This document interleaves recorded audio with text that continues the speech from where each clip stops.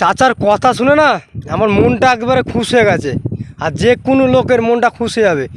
শুধু চাচাটার কথাগুলো শুনো, কি বলতে চাইছে চাচা। ঠিক আছে, তুমি খালি শোনো, ভিডিওটা দেখো। আমি চাচাকে স্যালুট জানাই যে হ্যাঁ এরকম ধরনের কথা বলেছে। আর কিছু কিছু মানুষ আছে একদম অমানুষ, আর এই চাচাটার কথাগুলো খালি শুনো, শুনে দেখো তারপর কি বলছে দেখো। কি কথাগুলো শুনো খালি, হ্যাঁ পার্টি কি বলতে চাইছে সেটা দেখো। হ্যাঁ বলো কাকা। কি বলবো? ওই যে যেটা বলছিলে কি হবে পয়সা বাকি রেখে হেড মিস্ত্রিদের মেহনতের পয়সা তো ক্যাশ দিয়ে দেওয়া দরকার। যে বাকি রাখবে তাকে একদিন ভুগতে হবে। অবশ্যই ভুগতে হবে তো অবশ্যই।